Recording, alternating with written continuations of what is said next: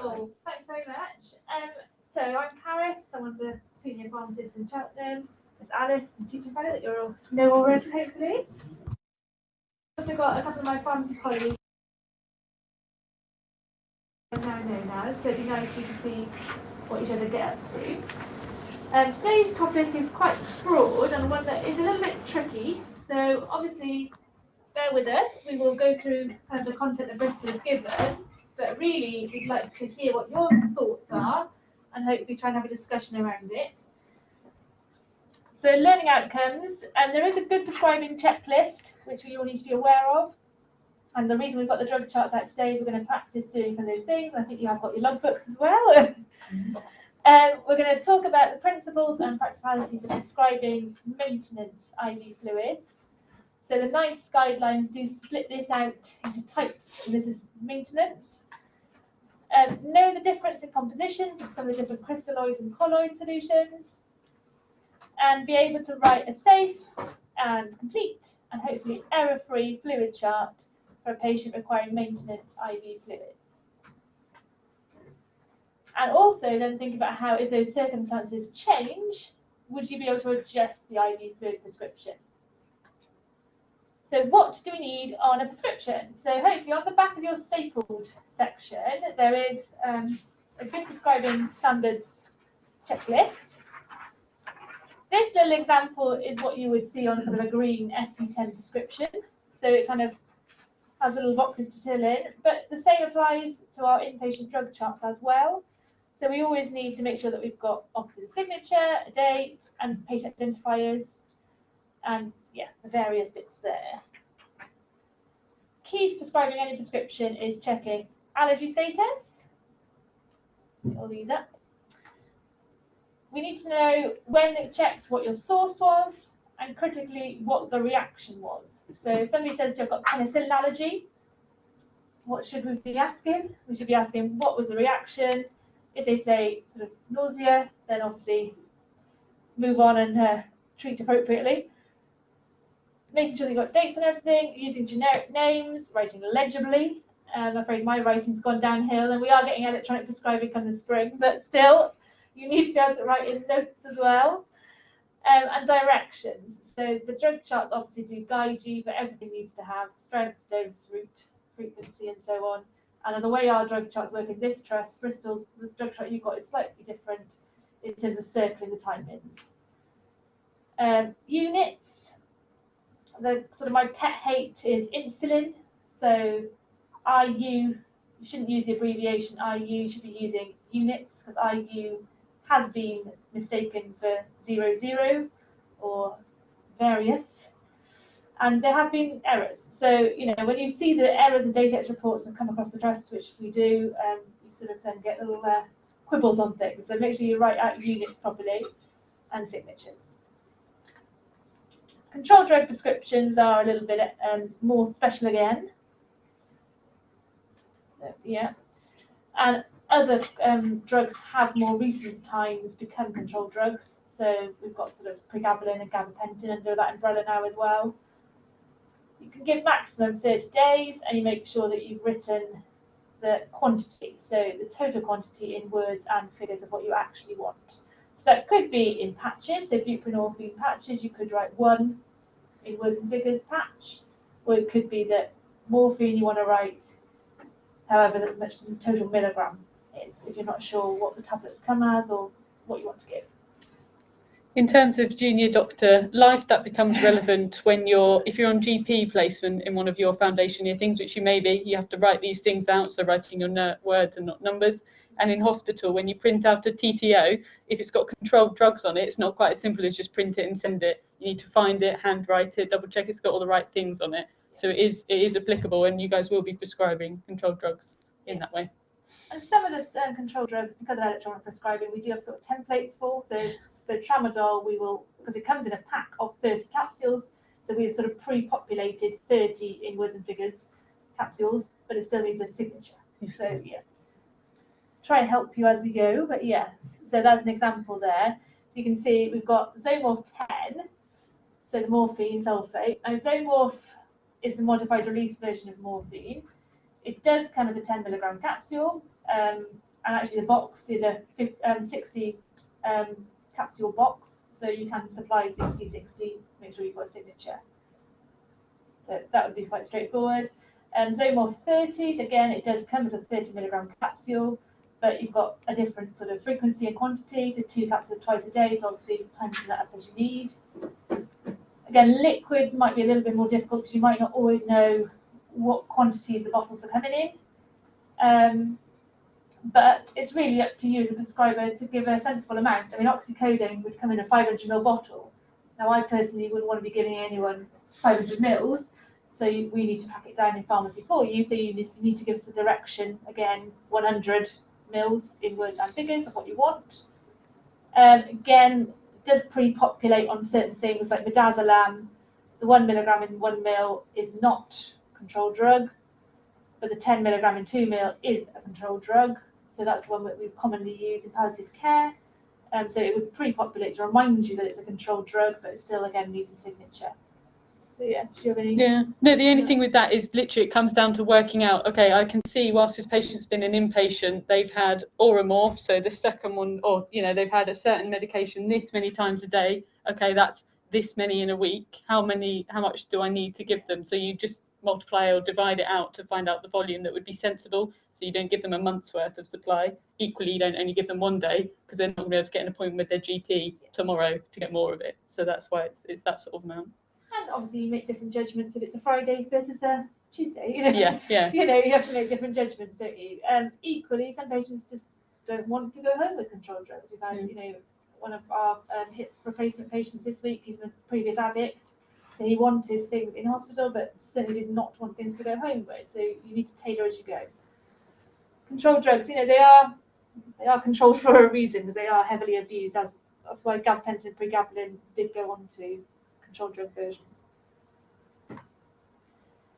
So the other bit that this kind of highlights is rewriting of prescriptions, or sort of changing of prescriptions. So again, you'll all, when you're doing drug histories, find that, you know, someone suddenly is on 10 milligrams of omeprazole rather than 20 milligrams of omeprazole, you know, funny bits like that. We don't want you just scribbling things out and trying to write across, or, you know, messing about. We want it crossed through, signed, dated, and totally rewritten. So it's very clear that, you know, that is not the correct one. And also because you can't tell then when you look back on things, when did that dose change? So that happens very frequently, is that, you know, the dose is suddenly scribbled out and you're thinking, well, okay, well, what dose did they have today, or what dose did they have yesterday? You're not really sure. Yeah, any comment, Alice? No, I've come across clinically where that's been an issue, wanting to know when an antiarrhythmic has been stepped up, so I can compare it to the OBS and see what that effect that's had, and I can't tell because it's been crossed out. So it's long and annoying, but actually it's so useful. So it's one of those short-term gain, but long-term it's not a gain to just scribble out and write on it for your colleagues and for the safety of the patient. Yeah, you need to be knowing when things have changed or adjusted, or what happened with that. So we do always try and put on why. So there is a section on our inpatient charts which kind of outlines kind of what's been stopped while you've been in. That should then be put onto the discharge summary, because that's the information that the GP get, and we frequently get calls from GPs, and more so now in recent years because there's pharmacists within each GP practice as an embedded pharmacist. The pharmacists ring us and say, well, the patient came in on XYZ, what's happened? And, you know, it's very difficult because we can't necessarily go and recall notes left, right and centre. So if we don't know, what do we say to that pharmacist and that GP?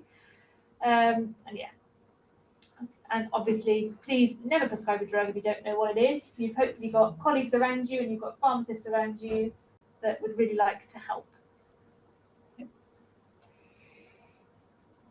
Yeah, fine. So just kind of sources for you to use. Do you all use BNF on your phones? Yeah. The other big one we use is the Electronic Medicines Compendium, so the EMC, but it's just medicines.org.uk.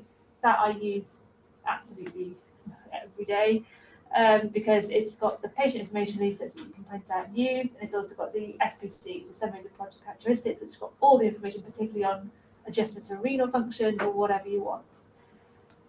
Note of caution, I still like the paper BNF, which you probably not would have seen particularly.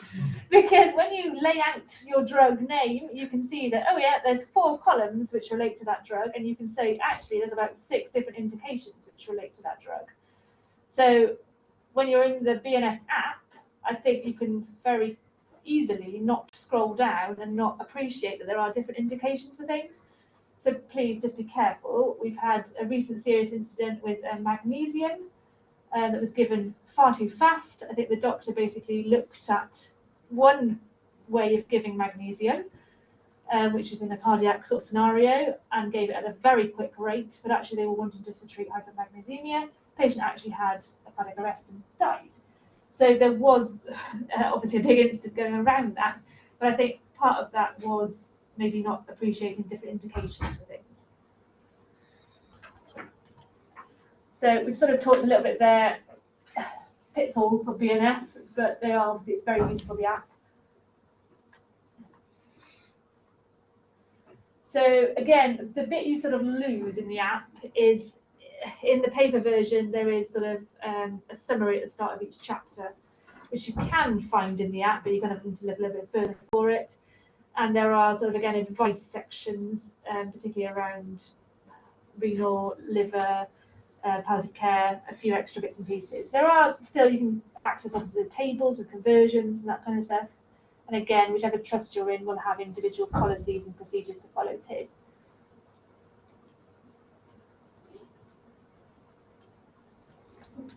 So interactions, generally in the BNF, they're listed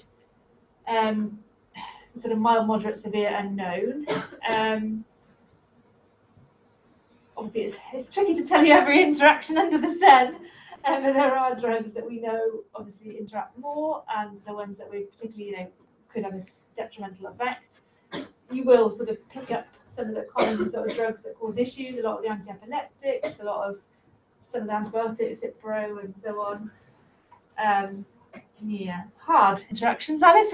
They are, and but you come across the common ones, like you do. Yes. You come across the common things you prescribe. You start to get familiar with. Oh gosh, I'm doing a statin. Let me double check this, or that you become more au fait with it. But early days, it's just a case of checking lots of things as you become more familiar. Yeah, fine. Yeah, I thought this bit was going to say about side effects as well, to be honest. So side effects generally are listed in order of frequency. So the BNF will always list the most common ones first and then run through. Obviously, the SPC will give more information, but yeah, that cautionary bit's fine. Yellow card. So if you had something that you thought was particularly unusual, there was a guy on Teicoplanin the other day that had a fit. Teicoplanin is not really known for fits, but they seem to think that that might be a contributing factor. So we said, okay, we'll write a yellow card. And a yellow card, if you do ever go on the MHRA website, you can actually search yellow cards.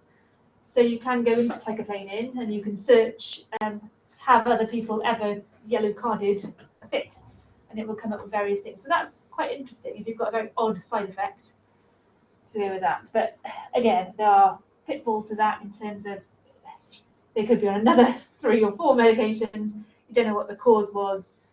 They're just spurious reports, basically, aren't they? But they do help generate an overall picture.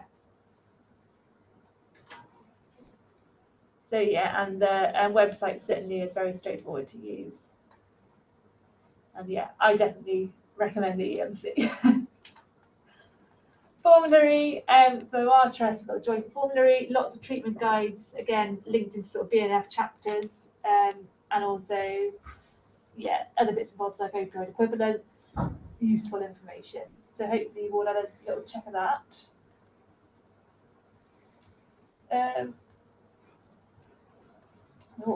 So this bit's been added in, is it? Yeah, so I think because we're doing this at the same time as a presentation over in Gloucester, we're sharing slides. So some of it is not in the order that we would, but this is relevant. We're about to do a case study of a Mr. Green, and there's certain medications we want to make sure that we stop before an operation. Has anyone come across anaesthetists doing that, or medical teams doing that?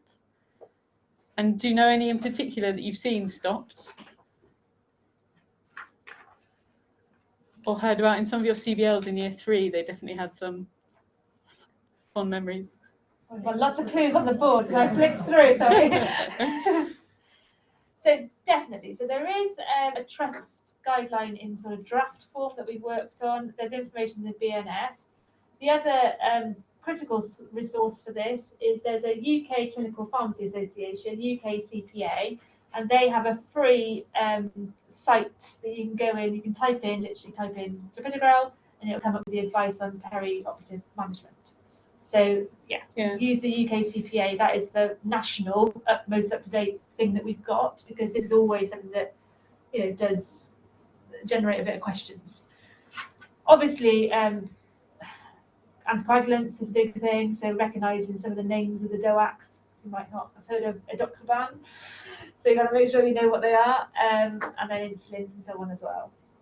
So yeah, it's more to flag up, to have this on your awareness. Through these prescribing tutorials, you're going to come across common themes. All these things about controlled drugs, accurate prescriptions are things we're going to keep touching back on, and it's so important for your PSA as well as your practicing next year. So don't worry that it feels a bit like information overload. The more often we tell you these things, they'll start seeping in. Yeah, certainly UK CPA is the perioperative side, is the one to have a little look at. Right, so again, on your stapled little sheet, you've got this in written form, so I think it's easier obviously to read it individually, isn't it? So this is our case study, and what we want you to do is try and have a look and then prescribe on your drug charts the regular medicines, and then think about what other medication you might need in that perioperative period. So we're going to have we'll have 5 minutes, and then I'll give you a heads up. All right, go for it.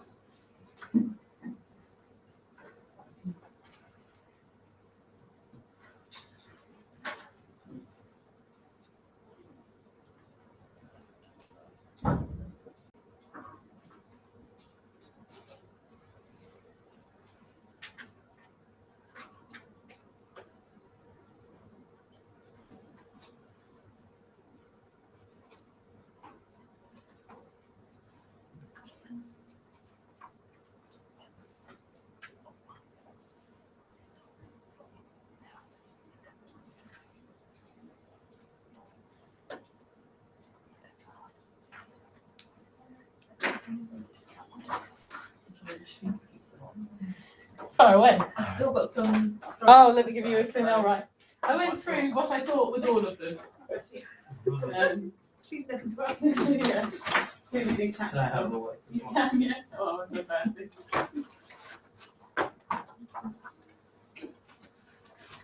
But actually, it's a nice little example / reminder that at the end, we'd really appreciate it if you were about things on your chart. Yeah, we haven't done the work yet. Yeah. If you've got yellow charts, just make sure on the front you've written really obviously test or something, please, for us. Or like not to be used clinically, or something blatant.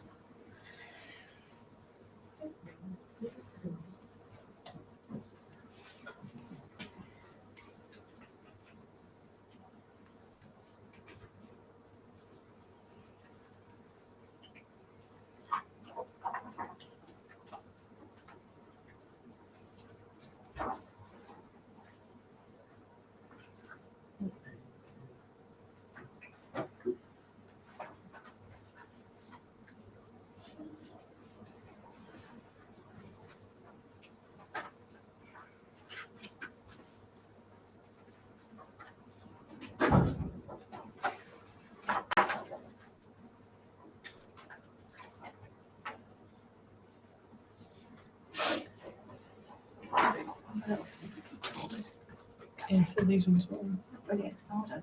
Okay. but yeah. Just making sure to check this out. Working example. But they do sometimes for comfort. Patients don't want it. Yeah. You don't have to. I think I'm always over like, how much do you need this? Yeah, exactly. Yeah, exactly. Anything that's going to mess up potentially renal in and around ops and things. Yeah, absolutely.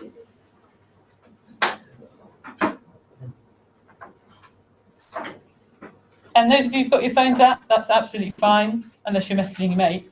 You're allowed to cross-reference things. We've just encouraged you towards a number of resources. Feel free to double-check stuff. That's what I do in real life.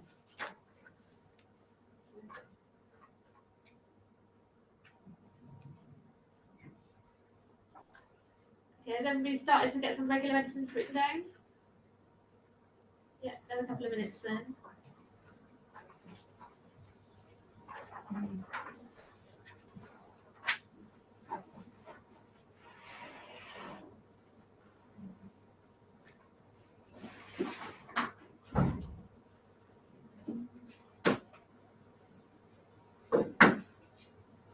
You might want to think about what else you need after his operation as well.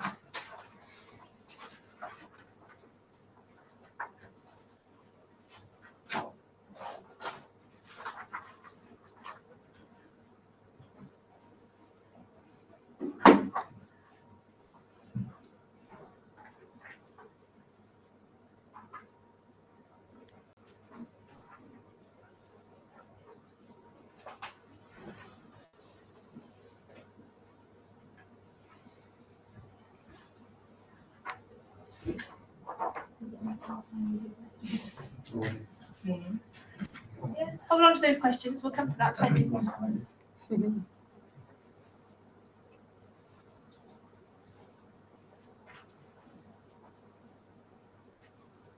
think we'll just push on if that's all right.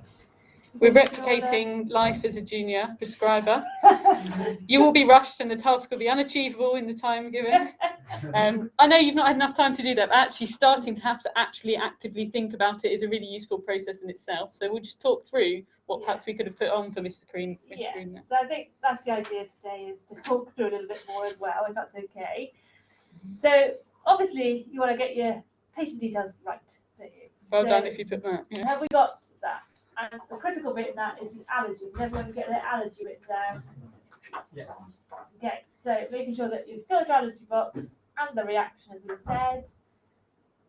I always need a weight on a chart because a lot of drugs do, depend on weight. So whether that's, gentamicin, lots of different medications. It's so nice, the prescriber, if you get the drug chart and you go to prescribe something, like, oh, how much does this patient weigh? And if it's on the drug chart, you're like, yes, who did this? So nice. VTE. So we're going to have a tutorial to come on that. So we're not going to talk too much about that. Obviously, different trusts do different things. Bristol tend to use Clexane. Well, it's actually on dotaparin now, so whether they changed a little bit. We tend to use dotaparin in this trust. It's just being aware that there's different low molecular weight heparins available. You might have spotted that Mrs. Green is high risk.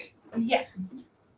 So there's a couple of things there. So looking at risk factors, so we've got obesity probably, he's 85 kilos a little bit. He's above 60. He's on other medications sort of cardiac wise that would increase his risk. Further down here off the screen is cancer, I think you have got on your charts. So there's a few things that make him a bit clotty, so he gets some prevention. Yeah, and the other thing there, which you will come to in the tutorial, but again, I can't mention it too many times, is about extended VTE prevention. So we obviously give VTE prevention and do this risk assessment for inpatients, but on discharge, and there are certain patients, according to NICE guidelines, who should go home on a low molecular weight heparin, or sometimes go home on aspirin, or sometimes they don't work. So these sort of patients, cancer patients, particularly colorectal and gynae, should be going home with some fragment. And again, there have been serious incidents within the trust of that. So we're looking here, again, this is a little bit what I was just saying, so some of the other operations that need that would be total knee replacements. We tend to give the bigger tran for, 10 days, but we tend to, in this trust, use dotaparin for 14 days. After hips, we tend to give dotaparin for 10 days, then plus aspirin for 28 days. Different trusts would do slightly different things, but you just need to be aware, NICE guidelines, there are patients that have extended prophylaxis. Regular medicines. So first examples on there, And as per your good prescribing checklist, which is what you're going to be having to look at in your OSCE scenarios, we've got the drug name, we've got a dose, we've got a frequency, we've got the timing of that, signature, and some sort of like identifier for the doctor. In terms of timings, obviously some drugs, they are more time critical. So if you had anti-epileptics or Parkinson's medications, you'd really want to make sure your timing is correct and as per the patient's. Some drugs, not so bothered. Allopurinol, could take that any time of the day really. Indapamide, antidiuretic, tend to take that in the mornings, otherwise you want to go wee all night and potentially fall over on the way to the toilet. So yeah, the timings, one of you around the front was asking about timings, check with the patient what they normally do and kind of replicate what they do at home. But bear in mind there are some drugs that are more time critical than others. So hopefully, did everyone try and get a couple of drugs down, doses, frequencies, and some sort of timing on there? So, on the next slide is the one we would, so I didn't look on the website, and I would have automatically considered holding indapamide because it's a diuretic, and I was a bit worried this patient's going to be put to sleep, and we have lots of all sorts of GA medications, and I didn't want to be fiddling with his renal function with the medication. Actually, we were just discussing, it's not on the website as a definite stop. It's not a necessary thing, yeah, so certain things we do definitely stop, which we'll come to the next medications. Indapamide, some patients' patient preference would hold it because they don't want to be feeling to go to the loo all the time during their morning of waiting for the operation. And yeah, you'll consider a renal function. So I don't know if we had a renal function for this chap, but you could obviously, based on what their baseline renal function was, again you might make a slightly different judgment call. Yeah. So yeah. Irbesartan though is a drug that we would hold preoperatively. You hold it for 24 hours pre-op. So if they normally have their dose at night, they'd have to hold the night before. So don't forget about those sort of odd timing things as well. Simvastatin you don't have to hold, but again, you might end up holding for other reasons. Yeah. And simvastatin is ON because of cholesterol metabolism. It's more effective to take at night. Perhaps you've come across that before. And you'll notice on the screen, that's how we hold something. And we don't want it necessarily to automatically start post-op, because what if something happens intraoperatively or post-op that affects his renal function or his blood pressure? If we just start automatically giving him all sorts of things that are going to fiddle with that again afterwards. So what we do is do a box around what would be the next due on and right review, and the nursing team use that as common language of don't give it until you've checked. Yeah, and a clear X, a clear cross through the morning dose, and then a box after that, or however many doses you want to miss. So things like rivaroxaban and the DOACs, you maybe miss for 48 hours post-op until you're happy that they're hemodynamically stable. So you'd cross through 2 X's and then put a review after that. Okay, so there was a little bit of a thought of what this patient might need after an operation. So dolteparin certainly would be one thing they would need. And the reason our trust went for dolteparin versus enoxaparin or clexane is generally you just don't have to make any adjustment according to weight or renal function or anything much really. Although some trusts have started using larger doses for very obese patients, so above sort of 110 kilos, you might think about increasing, but it's not part of our current trust guidelines, so you might see it elsewhere. Then after an operation, you'd hope you'd give the patient a little bit of analgesia. Yeah. Otherwise, you might be a little bit mean. But again, I think there's other tutorials that you talk a little bit more. We'll do more on that. Yeah. Deltaparin, everyone gets it at 6. There's a Deltaparin round. If anyone needs a subcut injection signed off, go along to a ward at 6 o'clock. Everybody gets the Deltaparin then. So that's just safety, routine, time to review it before and stuff. Yeah, again, we have looked at changing timings because the doctors tend to go home at 5:30, so if there's any queries. So say a patient with hematuria and they've sort of queried through the day, and then the nurses get to 6 o'clock, find that there's no doctor available, then it goes to the on-call doctor, and the on-call doctor doesn't want to make the final call. So during the daytime hours, obviously make sure you put plans in place because dolteparin, is difficult, particularly when you've got some urology patients. Did anyone think about anything to give as required? Or shout out if you've got suggestions? Yeah, you might not have got that far rating-wise, but... Don't worry. Yeah. I thought that paracetamol was required. Yep, you can either put that regular or as required. What would be the advantage of putting it on regular? Yeah, patients don't have to ask for it. It's there automatically. There's no delays. Yeah, and the Cochrane reviews on sort of analgesia, definitely regular paracetamol. Yeah. Anything else? Antiemetic. Perfect. Yeah, very good. So that's going to pop up. So you generally always put 2 choices, just because if you're sick on the first within half an hour, you really need to try a second option. So Yeah. we tend to use cyclozine and ondansetron. And he's had, let's say, I can't remember what op he has, but let's say he has a laparotomy, major operation. Paracetamol enough? What might we think about? Climb the ladder. Yeah, absolutely. Pain ladder, hearing the right thing, starting to think about opioids. There's a tutorial on that coming up. But briefly, morphine sulfate is Oromorph, 5 to 10 milligrams for pain. And then as soon as you give morphine, even if he wasn't perioperative and you were thinking, you need to be thinking about antiemetics automatically because it might cause sickness. So those are the sort of prescriptions you might have thought about or you'll come across again for those. If you put down to antiemetics, I don't know, it's different on cyclozine as well, for example. How do you know which one they'll go for? Is it just they can choose and you pick which one they Yeah, want? the nursing choice, to be honest. Nurses and patients give you feedback, have preferences, ward availability, like they know loads of the little nuances of what's going to be best to give that patient at that time. And the patient will be able to give feedback, and some people might not like cyclozine if they've had it before and stuff. So. And cyclozine is a slow IV because you can get reactions to cyclozine. So some of the nurses from previous experience prefer to give IV on ondansetron, you know, but again, it depends on the nurse, patient, all sorts. Good questions. Yeah, very good. Right, so that was sort of the good prescribing checklist bit. So all of that is going to be applied throughout all of these tutorials. So hopefully that's a good starting point, okay? On to more of our actual fluidy things. Part of fluids is things get expressed in slightly odd ways. So you see 0.9% saline and 0.45% this and 5% that. What does it actually mean? I think is the problem with that, isn't it? So these are previous calculation questions from previous exams. So did you do this like question answer? Or? I've left these slides as they were. Fine, so. Good. Yeah. So does anyone want to hazard a guess? What does 0.9 actually mean in this?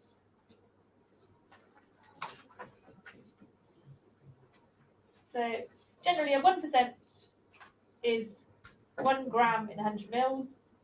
So 0.9 is 0.9 grams in 100 mils. So therefore, we'll add up. But this is just the basic maths, all right? So that's how you get it. Oopsie. So you can do a bit of a funny equation. Is that something you've come across before? Yes. Do you sort of feel comfortable with expressing things in different ways? So 100 mils, 500 mils, a litre, and how you sort of obviously need to be able to adjust up. For me, the key to that, when I first learned it, was understanding that a percentage is a gram in 100 millilitres, because if you think about how much does a gram of water weigh, it weighs a milliliter. So 1 gram out of the 100 millilitres, because if you go back to this in a day or two, it's like, wait, is it a gram in 100 mil or 10 mil? It's in 100 because it's per 100, like percent. 1 gram in 100 millilitres. That helped me understand it in the first place. So I always thought percent 100. Yeah, exactly. So it's always, you know, unless you're an X factor, you don't get 1,000,000%. So it's not that, is it? It's 100 because it's a percent. So you just remember, well, it's equivalent, therefore, so 1 gram in 100 mils is the same as saying 1 milligram in 1 mil. I don't like remembering that. No, I don't like doing that either. I would prefer to say the 1 in 100 mils and then calculate from that base. Or you could remember that 1% would be 10 milligrams per mil. That would make more sense to me. Don't worry about remembering any of these things except for that a percent is a gram in 100 millilitres. You can work anything out from that up and down. Yeah, I personally would, skip this slide. Yeah. But there are other ways of doing it. Yeah, and that's it. And then your calculation exams, obviously they could express the calculation in any number of these ways. So you do need to appreciate the different ways of expressing it.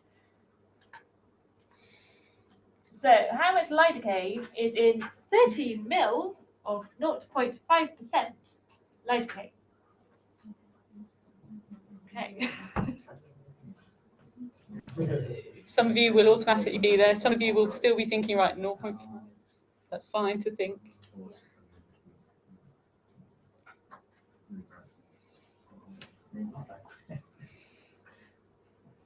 I'm afraid our pharmacists have to do calculation exams for their pre-registration exams as well, so they should be wildly all over there.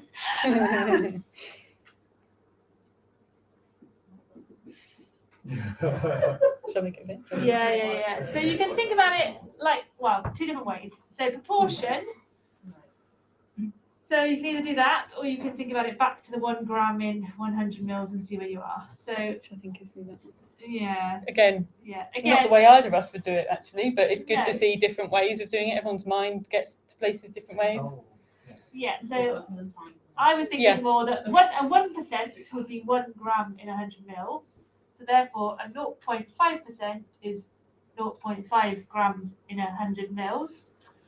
Yeah, so everyone gets there differently. Then I would work out then, 13 mils from that. So I don't know, that's just how I've always done it. But have some awareness of some of those ways of getting around it, and the more you come across these things again, you'll come up with which way you like coming across them. And just fire away if you don't understand anything. Yeah. So hopefully you'll all have access to this presentation anyway. So don't, return to this at some point as well. We've got just a couple of examples, because again, you can express things in an even more confusing way. You can have a 1 in 200,000 of adrenaline. So again, it's thinking about how best to sort of think about this, isn't it? And again, everyone will think about it slightly different. How much adrenaline is in 10 mils of bupivacaine, 0.25% plus adrenaline 1 in 200,000? So 1 in 1 means that you have got 1 gram in 1 mil, basically. So you kind of keep going with that. So the 1 in 200,000 is 1 gram in 200,000 mil, which is the same as all this. So you can kind of keep dividing down. And again, the difference there is that 1 in 1 is different to 1%, because 1% is 1 per 100, 1 in 1 is literally 1 in 1, a gram in a mil, because a gram weighs a milliliter. If we're talking water, let's not get complicated. So that's always the thing to remember, 1 in 1. And importantly, it says ignore bupivacaine. Once you ignore bupivacaine, because it's asking about adrenaline, and adrenaline is 1 in 200,000, that suddenly simplifies it a little bit and it's less intimidating. So remembering about actually which bit of this medication is it asking about can be quite nice. Yeah, that's very sensible advice. So something to practice for everybody in the room. So the percentage, is that just relevant? Irrelevant in this question. For adrenaline. But it's bupivacaine that is the percentage of this. Yeah. And so that's like 0.25% again, going back to the previous thing, but it's asked us what is the adrenaline, so we can park that. Yeah. So again, it's going up, isn't it, in the mils versus litres. You could say the micrograms versus your milligrams, and that's applicable to lots of different drugs as well, isn't it? So just understanding how you times up and down as well. Proportionally, again, 1 gram in 200,000 millilitres is X grams in 100 mils, so you can do it by your little equation there as well. Okay. Fun. Lovely. So I don't think you can just remember necessarily. I think you need to have a system. I prefer understanding than memorising, and I hope you guys do too. Exactly. Again, I think understand the reasoning, and then you'll know, and you can apply it to lots of other things as well. Mm.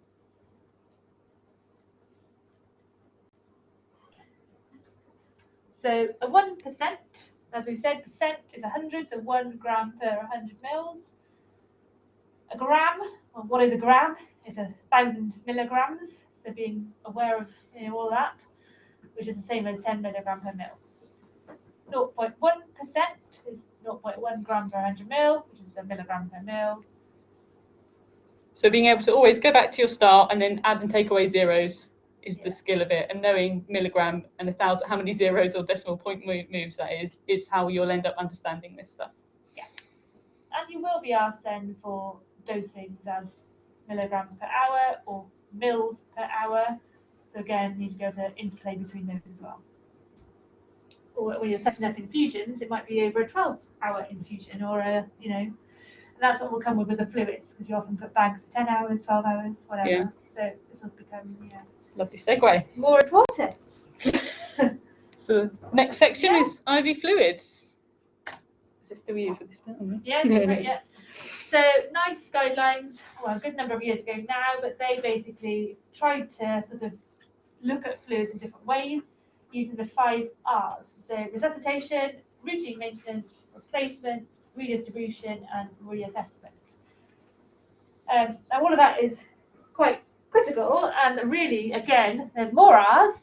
It's the right amount, right fluid, and right time, and that's exactly what we say for any drug, isn't it? It's the right drug for the right amount of time and the right person as well, we would say. Right, so we've just gone on to that. The other thing I was going to say there then is, does the person actually need fluids? So why is it that, are they no one mouth? Can they have some sips? Can they try and have some fluids other than that? So IV fluids shouldn't be your first reaction. You need to make sure you've got some fluid in from another source as well, and basically get your fluids going generally. Classifications. So there was crystalloids. So you've got your sort of 0.9% saline, 5% dextrose, Hartmann's. Colloids. This was a bit of bit of dodgy dealings in research, basically. So the previous NICE guidelines did recommend some colloids, and then that person in that research was basically quite discredited. So they're no longer particularly recommended by NICE, and have been associated with some high mortality, anaphylaxis, and expense. So yeah, not ideal. IV fluids, and this is the bit that's going to really bring home with you all over the next couple of years. So IV fluid management in hospitals is often delegated to the most junior medical staff who frequently lack the relevant experience and may receive little or no specific training on the subject. And I think it is, because you get shoved, just prescribe some fluids to this patient, or you get, the on call for the night, and suddenly they're like, oh, the fluid's running out, prescribe the next bag. Well, if we think back, obviously each bag should be assessed in its own right, and we shouldn't be just copying prescriptions. But unfortunately, that's what we see time and time again, is copying the bag before and just sort of hoping for the best. But hopefully today you'll maybe find out a little bit about why you can't just copy the same bag again and again and again, and appreciate that people do need different mixtures of fluids. So we've covered this. Here we go. Sorry, I'm keeping Karis guessing because I changed the order of the slides. That's all right.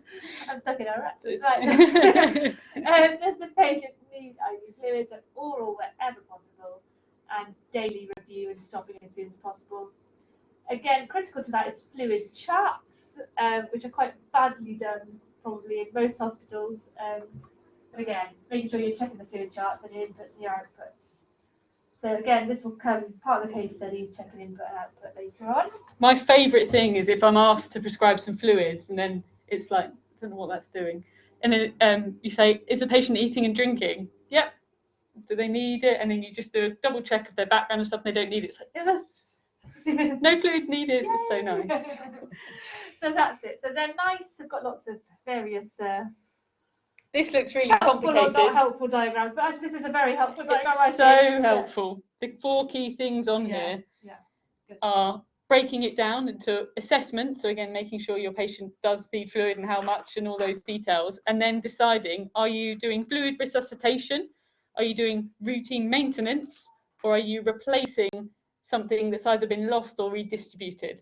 So those are 3 different groups of prescriptions almost, and you need to work out which one of these does my patient fall under, if any, which is then going to help you prescribe the right fluid at the right rate. This is such a useful algorithm. Some of the nice guidance, when you end up on the website and you look at the flow charts and it's a bit muddy and confusing. Actually, this one is great to refer back to. But first of all, today we'll just get an appreciation for those 3 major groups of what we're giving fluids for.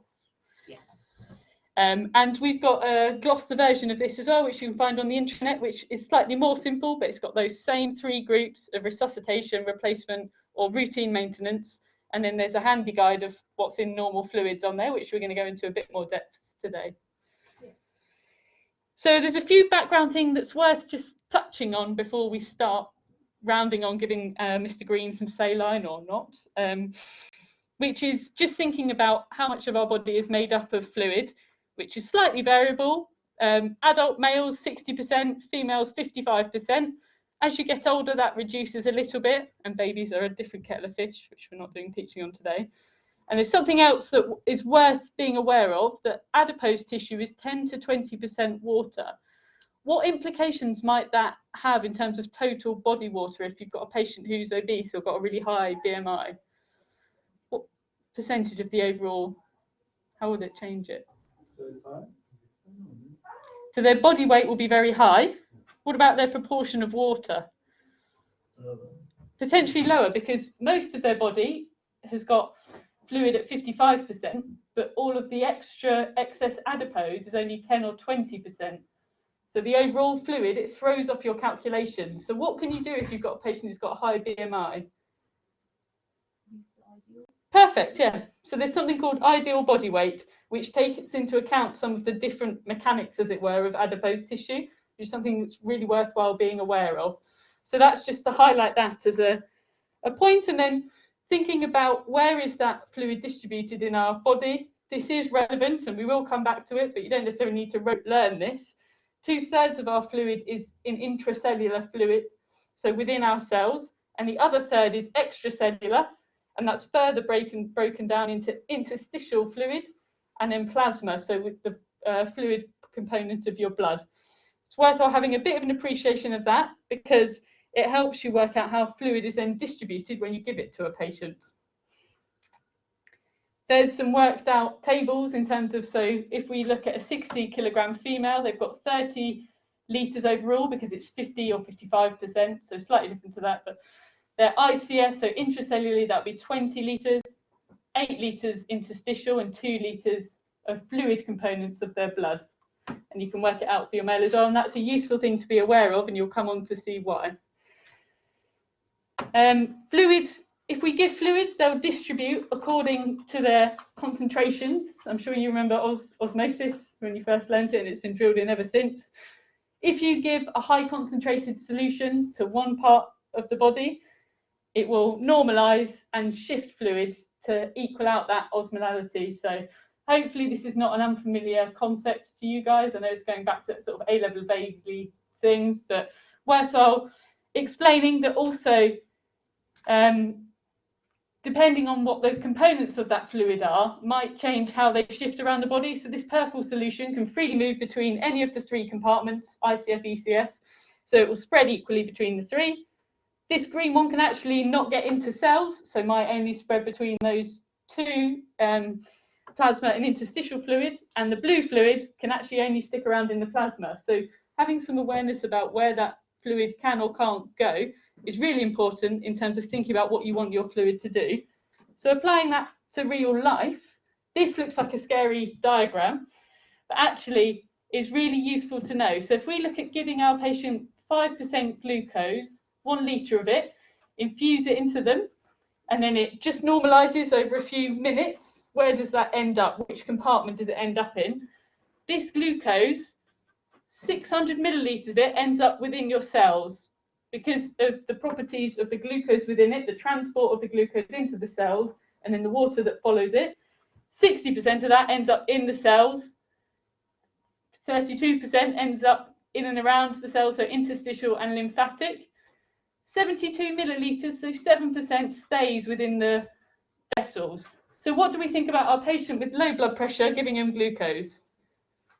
Yeah, good to shake your head. That's not going to help us, is it? It's not going to restore that intravascular volume to help their perfusion of their organs. That is why we've briefly gone over that boring sciencey stuff, because that's really important to understand, that we can't just give any fluid willy-nilly. We do have to have some sort of understanding, or at least know the implications and application of giving each of these fluids. that diagram is from the NICE guidelines, so that hasn't photocopied very well, it's in NICE. Yeah, and it is useful even though it looks a bit bizarre and not lovely when you first look at it. So for that reason, for fluid resuscitation, we use balanced crystalloid.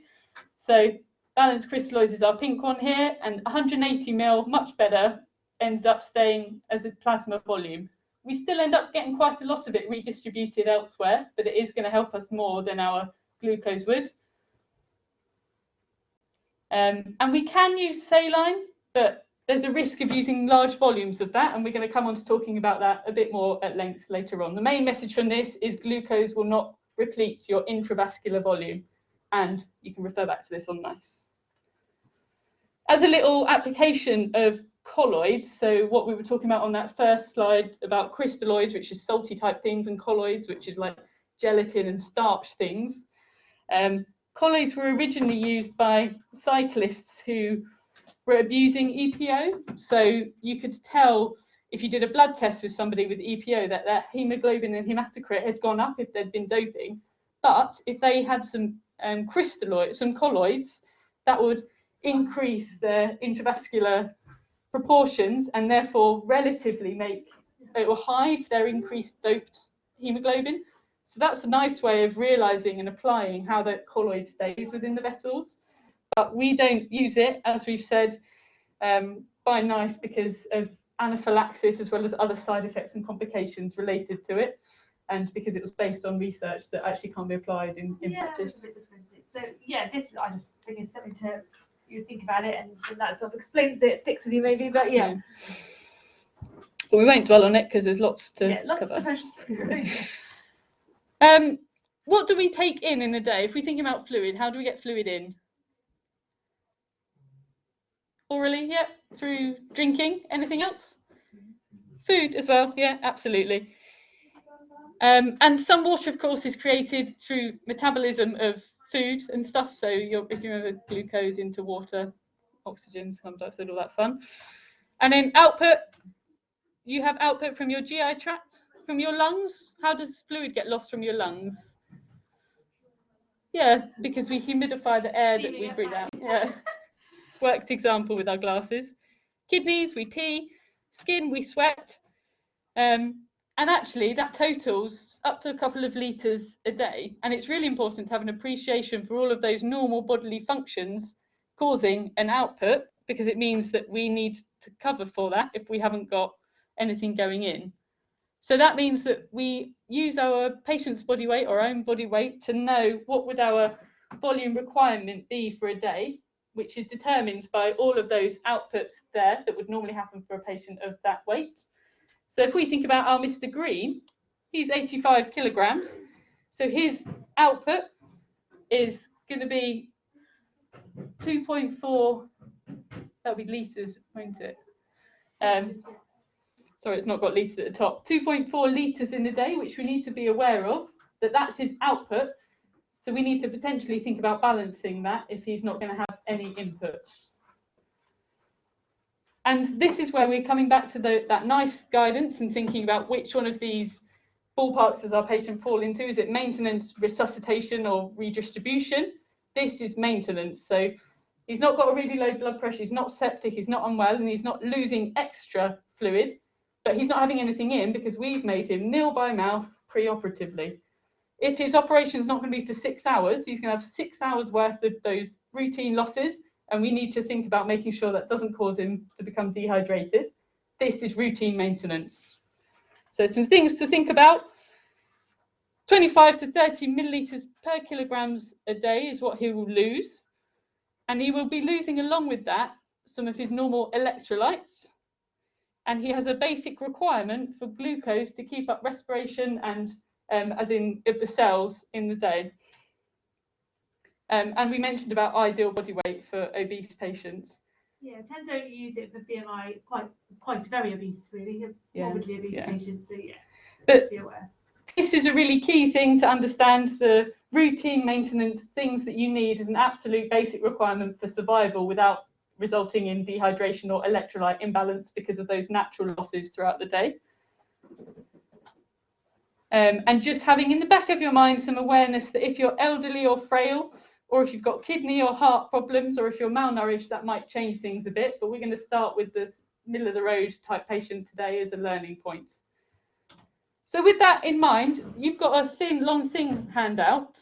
Let's see if we can start filling that out. So let's apply those requirements for maintenance. So 25 to 30 ml per kilogram per day, 1 ml per kilogram per day, and 50 to 100 grams to Mr. Green on the left-hand side column of that table.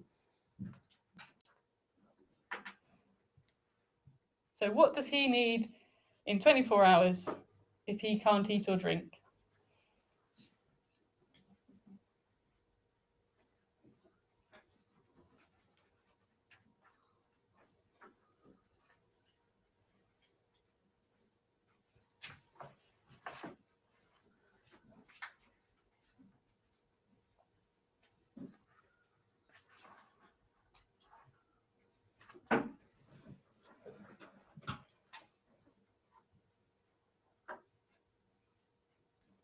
Anybody want to shout out? How much sodium does he need in 24 hours? Excellent. Chloride? Yep. Potassium? Glucose? Fab. So he needs 50 to 100 grams per day of glucose as a basic requirement. Now let's think about how we can achieve that with some of the fluids that we commonly prescribe in hospital. So on the rest of your table, there are lots of blank squares. I've put in one clue for you, which is 77 millimoles of sodium in 500 mils of saline. Here's all the values you might need. See if you can fill in at least some of these other things, starting to work out what electrolytes are in some of these fluids. Feel free to talk to the people next to you and see if you can just work out what is in some of them, just over the next 2 minutes. So how many millimoles, for example, of sodium are there in 1,000 ml of 0.9% saline? Does it make sense as a task? Yeah. So filling in the table.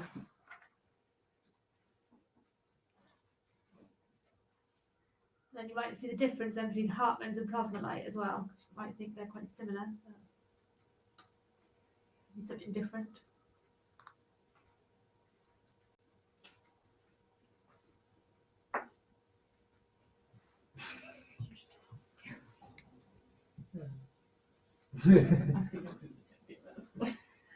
Yeah, that's good. Glucose, that's an easy one. Yeah. There's 9 zeros in those blank spaces, so that's another thing you can fill out as a process of elimination. Yeah. As in 9 of the boxes. It's not. It doesn't include Mr. Green's requirement, so it's just all of these blank ones are all of these values. It's like a matching game. Yeah.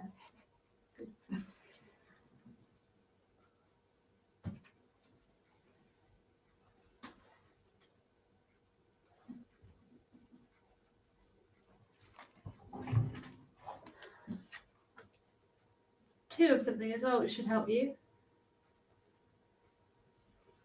2 of 154. Has anyone figured out what that would be?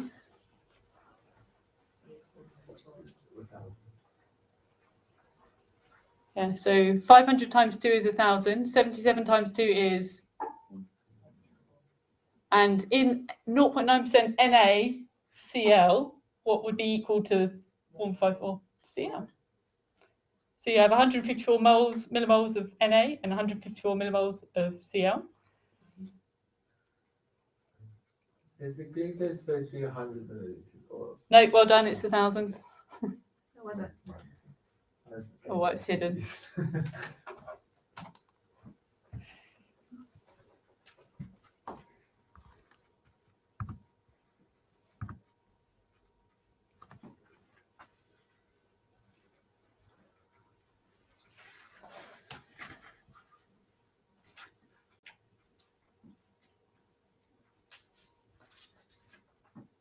I'm going to briefly pop onto Blackboard to share my screen again because I've jumped out of it.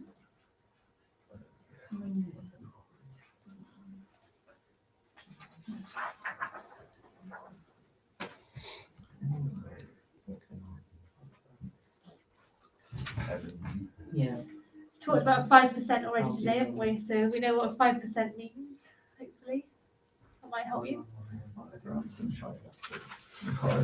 Number of departments. Yeah, I did know which. I think it would be your.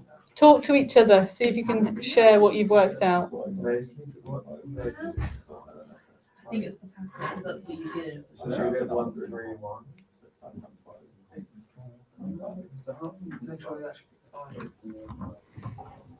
Oh yeah. Just based on. Yeah. It's 5%. You do know that.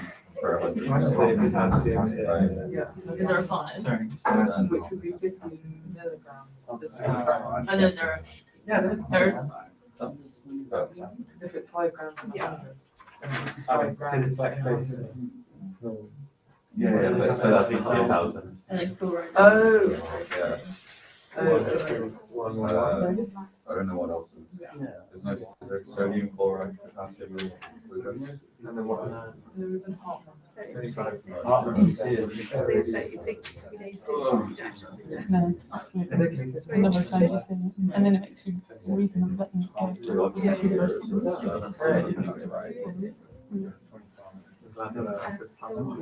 Oh. I know. Yeah. That's about behavior. I'm also worried. Yeah, I know. I just get into the text similar to It's another slash just what's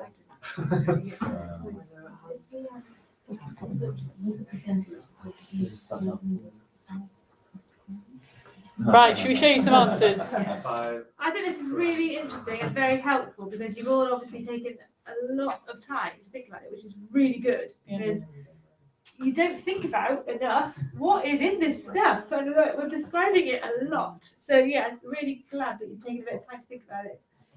So yeah, if we just go bit by bit, so the normal saline has actually got 150 millimoles of sodium in it, and it's NaCl, so those are equal, so that's 154 as well. And then you may well have seen or heard about potassium in bags as well. So if you just prescribe normal saline, it's got 0 potassium in it, but you can get bags with 20 millimoles or 40 millimoles of potassium in it, and then you would need to add 20 or 40 to there. Where else would you need to think about? What else does it change? Yeah, exactly, because it's KCl, so you'd need to also add 20 or 40 to your Cl, and we're going to come on to thinking about what that means in terms of how much is that relatively to Mr. Green's body. In the glucose, it's basically like giving water in terms of you get your 50 or 25 grams of glucose in, that's 1,000, thank you for spotting that, but it hasn't got any other electrolytes in it. So that will distribute as per the proportions of your body. So that's why 2/3 of it goes into the intracellular fluid and 1/3 stays in the extracellular, and only 20% of that stays in the blood vessels. That's why it's vaguely maybe relevant to know about the body proportions of your fluids. Key thing again to learn is it doesn't stay in your vessels, but actually you don't end up getting all this salt and potassium and electrolytes. So that's useful to know. And then Hartman's is what we call one of our balanced crystalloids because it's got slightly tweaked versions of those electrolytes. So it's got slightly less of the sodium and the chloride and a little bit of potassium. And then there is a difference between that and plasmolite, which is a fluid that here we only give on DCC and theatres sometimes. Theatres sometimes, yeah. It's very expensive. Is that the main reason? Basically, yeah. But actually, we can think about would we have achieved anything other than that?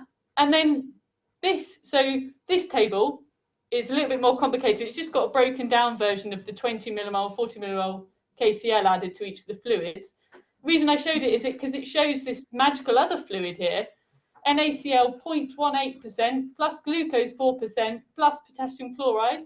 That's a 20 millimole. So I just left a little blank column there for you to put it in, because this is probably something that you've never seen prescribed on a fluid chart in the hospital. But actually, if we start looking at the requirements of Mr. Green for a day and these values, these look a little bit more like something that might be useful and relevant. Whereas as soon as we've got one bag of any of these, we're busting our electrolyte values. So it's something that's worth being aware of, that there are some fluids that are mixed up and slightly more complicated, but actually might better meet Mr. Green's requirements. So we're going to go on to talking about potential use of that as well in the coming slides. And normal saline is anything but normal, because actually you've got nearly twice the amount of sodium and twice the amount of chloride that you'd want. Yeah. And you often give sort of 8 hourly bags, suddenly you'd be giving 3, but would you give 3 bags? Oh gosh, you know, suddenly it's cranking up massively, isn't it? And actually, let's think about a worked example of, wait, that or not that? No, coming a little bit later. Has anyone heard of salty sweet sweet? So it's something that used to be taught. I'm kind of glad that some of you haven't heard about it, because we're going to learn why that maybe isn't a great strategy. But it used to be the way that we'd prescribe fluids, just go, oh, salty sweet sweet in a day, that'll do, which means salty is your NaCl, your normal saline, sweet sweet, dextrose, dextrose. 3 bags, that'll do them, that's a job. We're going to learn why that's probably no good. So that would be the prescription for it. A litre of normal saline, and then 2 litres of dextrose with potassium in each of them over 10 hours. If we give that to Mr. Green, let's just have a quick think. How much fluid is that? It's slightly complicated, I've done over 30 hours. So, yeah. I don't know what I've put Well, that it's comes 3 up. litres of fluid. Isn't it? 3 litres of fluid in 30 hours. How much sodium is it? So if we're thinking back, gosh, that was our 154. 154. Only one. Fab. So 154. How much potassium in the total? So we pretend it's 30 hours. Oh, without. Yeah, 100. So 40, 41, 20. How much chloride? 154 plus. Yeah, absolutely. Oh, so that's wrong in there. So we need to add on the Cl from his KCl. But if we give him, in fact, that's not right. Is that right? Yes, that is right. Yeah. So the potassium is about right, because we've got, if you divide it by 24, so that's multiplied out, as in 30 is 1.25 times 24, so it's divided by that. Sorry for the maths, but basically in 24 hours, that's how much he gets. The potassium is about right, but we have got too much sodium and chloride by 69, and actually that's even more because of the Cl, which is in his KCl. So I need to change that slide. If we think about that sodium chloride, how many bags of crisps does anyone reckon that is in terms of salt content?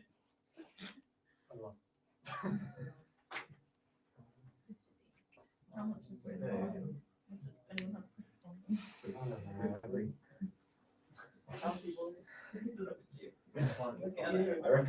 I reckon it's like, oh no, wait, we more than 3. We're gonna have like 3 grams of salt. Yeah, like, no, they have to. So it's 3 grams in the pack, and then we look at the salt. Probably could be. So that's probably gonna be It like. could be like a Is gram salt the of red added one? Oh salt. god, that's not Or very is salt the orange one? Fat is the red. Fat is the Oh, red. fat is the red one. Yeah. Salt is everywhere. It's gonna be like 0.4. 20 bags! 20 bags of salt in 1 bag of NaCl. That's why it's abnormal saline. You would never think about that being a sensible thing to do in terms of salt content, eating 20 bags of Walker's crisps. So it's just a way of referring back to how much that is. If we were thinking about how salty seawater is, how many bags worth of sodium chloride do you think you'd need to have to match that sodium in a litre of seawater? So I've got a litre of seawater. How many litres worth of sodium chloride do you think I need to get that much salt to match how much there is in a litre of my seawater? Go higher or lower first? Higher, anyone? Lower? Then what? Than the litre. Oh, I see. So 1 bag, is 1 bag enough salt? No. No. So higher. What's the next suggestion? How high should we go? 10 bags? 5 bags? Only 3 bags. So actually, there's the message from these 2 examples is a lot of salt in sodium chloride. Ooh. So you only need 3 litres worth of it to match how much salt there is in seawater. So it is very salty. And the other thing to consider, it's a leading question. Let's see if you can work out what it is. Is IV fluid the patient's only source of sodium? Where else might they be getting sodium from? Food, yep. What if he's nil by mouth? Medication, excellent. Some IV meds? calcicin is massively full of sodium. So a lot of antibiotics, actually thinking back to that daily requirement of 85 millimoles, if he's on benzoyl penicillin, he gets 75 millimoles from that medication alone. So we're already thinking that's not going to take much to push over us giving him too much salt. Soluble paracetamol has got more than your daily requirement. That was in like the Daily Mail or the Sun or something like that. Actually, if you have a day's worth of maximum paracetamol, but it's soluble, because of the way they make it soluble, the effervescence, it's got more salt than you'd need for a day. And you're probably eating and drinking if you're at home just on soluble paracetamol. So it's worth having that as well in the back of your mind, that there might be salt coming from other places. And then just to think about some of the other electrolytes we're considering here. Potassium, hopefully you've come across potassium as being quite an important thing to have awareness of. The intracellular balance of potassium is controlled by insulin, which maybe you've come across in patients with DKA, or patients who've got high potassium. We can use it to shift potassium into cells. As well as that, it's got relevance to the pH and cell lysis. And potassium is essential for excitable tissues. What's our main concern if someone's got a deranged potassium level? Absolutely. Life in the fast lane is an excellent place to look at ECG type stuff. Hypokalemia and hyperkalemia cause arrhythmias, and those are the ECG changes you might see with those. So it's really important to get this right. But we don't want to just ignore it and not give any potassium, because actually every day we lose potassium through our feces, through our pee, and through sweat. So if we just let that happen, then we're going to end up getting low potassium, and that also gives you ECG changes and arrhythmias. So we need to make sure that we are maintaining patients' potassium balance. We want to be quite proactive about it. If we wait for it to go low, then it's probably potentially going to already risk them of getting some arrhythmias. So we always want to be giving potassium in IV fluids, and that's unless they've got some abnormal renal function or their potassium's already high, then you might need to think about not giving it. But think about always those ongoing losses of pee and poo and sweat. You're going to be losing potassium as a normal thing every day, so you need to be making sure patients get it. And you also need to check other electrolytes, because they all have interplays and influence on each other. So if someone is deplete or they've got excess of any electrolyte, you need to do a bit of a panel of all of them just to see if anything else needs replacing or sorting. Magnesium and potassium particularly have a lot of interplay. If you've got low magnesium and low potassium, you're not really going to go to range of potassium without your magnesium. Yeah. That's what I always think of. Yeah, always double checking those. Magnesium, potassium particularly, yeah. The reason we're worried about potassium is actually it can be fatal if given inappropriately. Does anybody know what they use for a lethal injection? Potassium, yeah. So we need to make sure we're not giving our patients a lethal injection, so we need to give it an appropriate rate. That means that we need to be aware of the concentration that's in our bag and how long we're going to give that bag over. So if we put 40 millimoles of potassium in a 250 milliliter bag and just give that to our patient, we're creeping towards a lethal injection there. So we need to be really aware and careful of what we're doing. And what we used to do was literally add potassium to saline or to glucose. But now we use ready-made bags because of safety problems in the past. I don't know if there's any examples or anything, or is that too long gone now? Yeah, well, the FSA that was quite a long time ago, but the things that came out of that was rates. Using the ready-made bags, I'm thinking about it's quite irritant as well. So if you're giving if you need a faster rate, then it needs to be central line and ECG monitored things. Yeah. So yeah, that's the thing. So yeah, when I say add potassium, and patients, as medical body, we still talk about, add a bit of potassium to their fluids. That literally did used to mean get some potassium and add it into the fluid before you give it to the patient. That is not a thing anymore, even though we still use the language of add some potassium. All that means is instead of getting your sodium chloride, you get your sodium chloride with your 20 millimoles of potassium in it. So it literally already comes made as that, so there's no risk of funny concentrations or anything going wrong with that.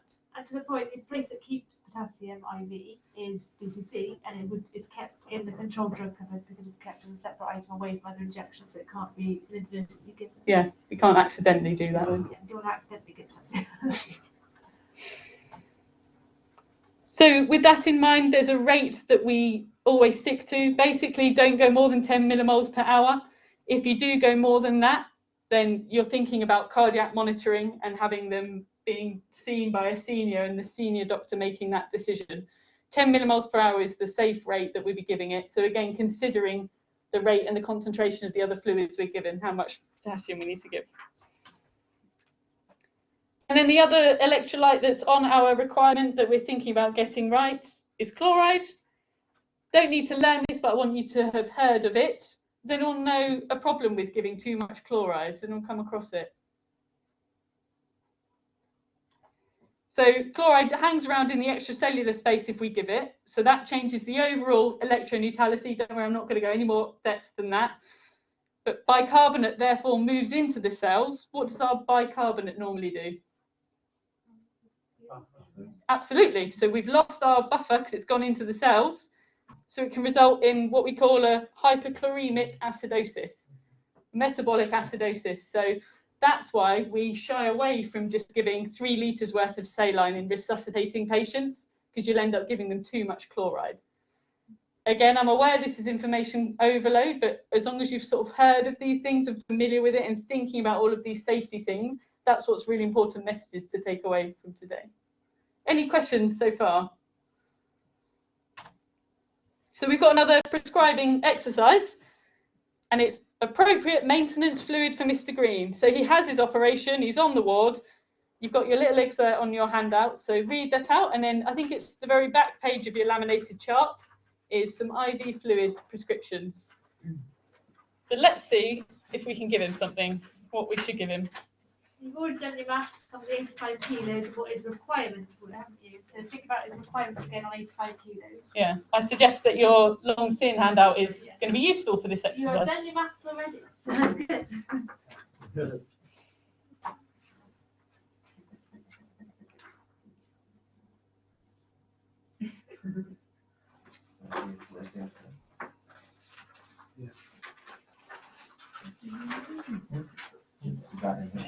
Is it on the flip of the non-stapled? No? Sorry, I don't know which handout we've got. Where's the I mean, the case is also up, but let's find it. Should be amongst that. I've written- So the photocopy is rubbish. There's nothing. You can allow it to take through it alongside.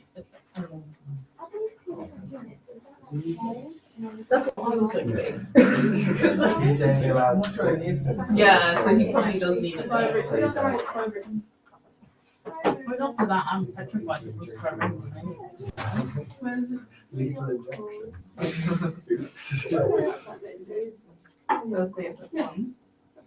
Where's the numbers in the world? I'm just wondering if What are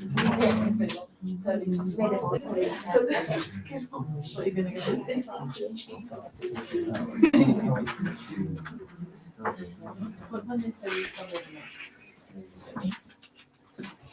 So probably what we thought about really is that there's no perfect one bag, is there really?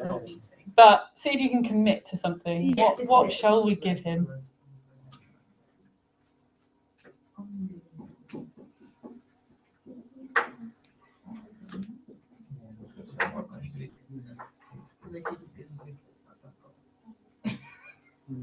Good, those are exactly the sort of things you ought to be thinking about. It's not an easy game. It's the worst matching game ever, fluids. But we have to play it when we're junior doctors. So.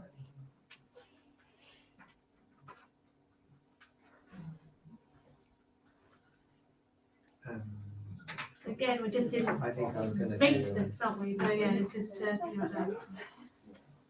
Yeah, because he needs like 4 features to one of these which are 2 features, he can make up the difference.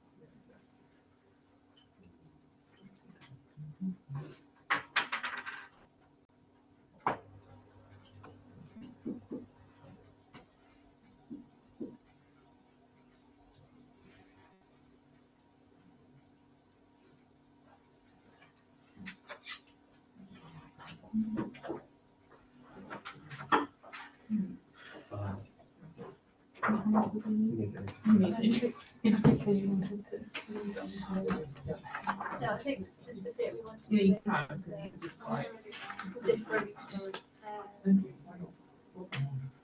You can feel like I would say that's Yeah. this one. Yeah. But But that's later. when you not used it. Right, so we've got time to do the field review, and you'll have to do that, and then talk about this, particularly, that'll change. Yeah, and then apart from that, I've got obviously theoretic. I'll quickly use it. I've got Again. what they might have considered. Yeah. So, yeah, I think that's important. Because well, it doesn't particularly anyway. Yeah, it doesn't. Those also doesn't say.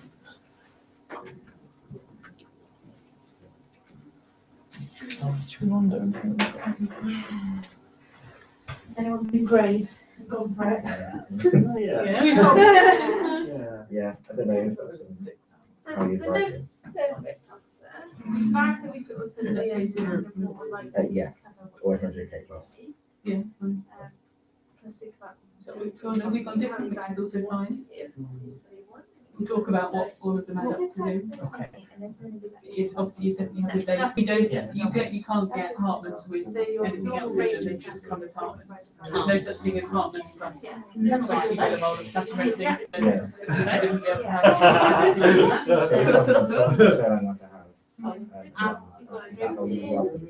Yeah. And it's weird because it feels like I'll say you can add it into it, but people just find the bag matches it. Right, yeah. Okay. All that's saying is. Non-committal there. Yes. Can I just get the water?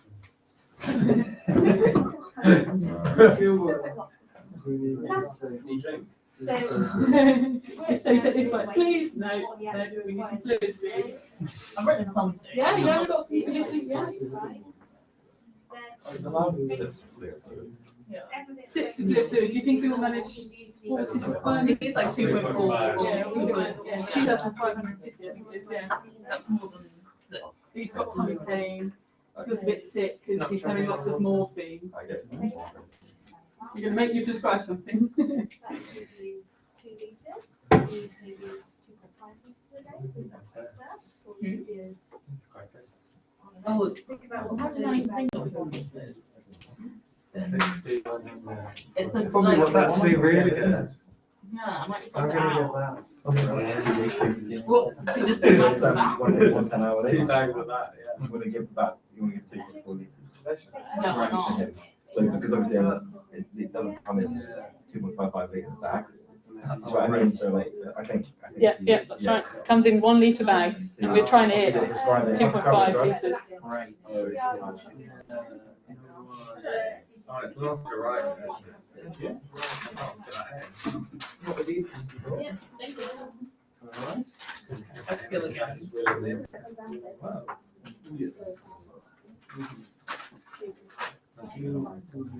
Yeah. Okay. Well, I think you've all had a good think about it. So Yeah. you know how much you need to do in 24 hours for this scenario, which is maintenance. So We've got a few. Ooh, some of the things you might have thought about. I heard some of you talking about some of the get-arounds or things that are worthwhile thinking. You can get 500 milliliter bags of saline. You could sometimes think about, is that going to help with my recipe of 2.5 litres potentially? Or you could stop it halfway through. Think about your mixture of dextrose saline. So that last column that popped up on the little handout, actually that might be a solution that's going to help you get the right amount of electrolytes. Think about using Hartman's. I've seen some Hartman's prescriptions, and as we've said, that's got a little bit more balance to it. Does adjust your electrolytes a little bit. And then the other thing to consider is using different rates, which you might have thought of doing because we had some 10-hourly bags earlier on. So that's how you might spread out that 3 bags worth of electrolytes to have less of it in 24 hours, as it were. So I've got a few worked examples on here. Some of them match some of the prescriptions you guys have come up with, but hopefully this is the sort of thought process there's been. So here, this is our daily requirement that we worked out for Mr. Green. And here is a recipe to try. So 1 salty, 2 sweet. And these are 8 hourly bags. So those are 3 litres worth within 24 hours. So if we work that out, and this is what you guys have all been doing, you get 3 litres worth of fluid. That's a bit too much.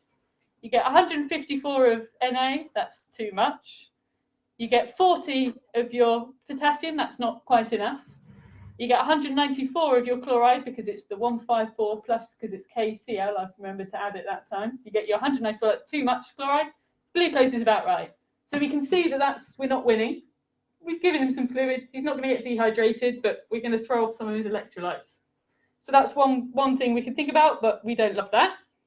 What about if we spread that over 30 hours? So here, these are 10 hourly bags.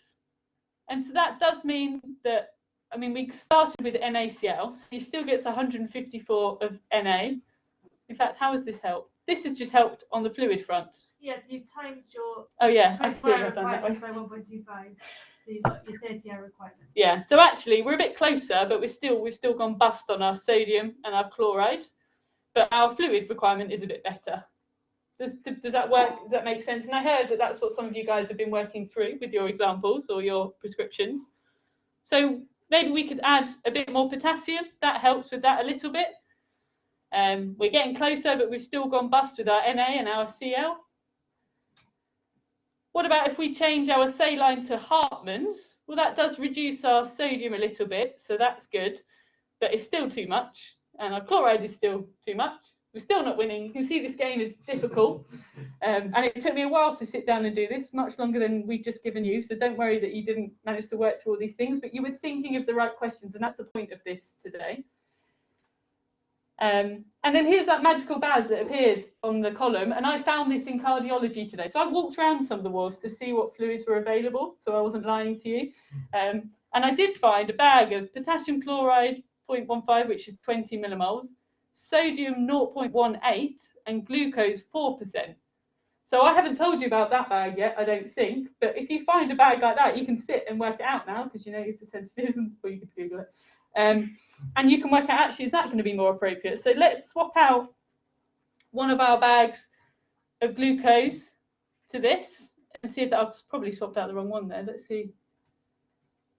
So if we swap out our Hartmann's for a glucose and then switch and find two of those magical bags, now we've got about the right fluids. Our sodium has come down because 0.18 NaCl is a lot less than 0.9% NaCl. So that's lovely. A little bit less glucose, but still meeting his requirement. And we've got 20 millimoles of KCl. So potassium is closer. Cl is still bust a bit. We're still not quite winning, but you can see how you can work through. You can work out exactly what millimoles are in each of these bags and see if you're getting closer. There's another version here. What if we do that strategy of using a 500 ml bag? So do that over 5 hours. This is now 25 hours. We've got 10 hourly, 10 hourly, and a 5 hour. We've got 2 glucose plus 40 millimoles. We've done quite a lot better here. 77 compared to 85, 77 and 80. Something to note, how much do people think? So it costs 80p for 500 millilitres of saline. How much is a litre, do you reckon? How much does that cost? It does cost more.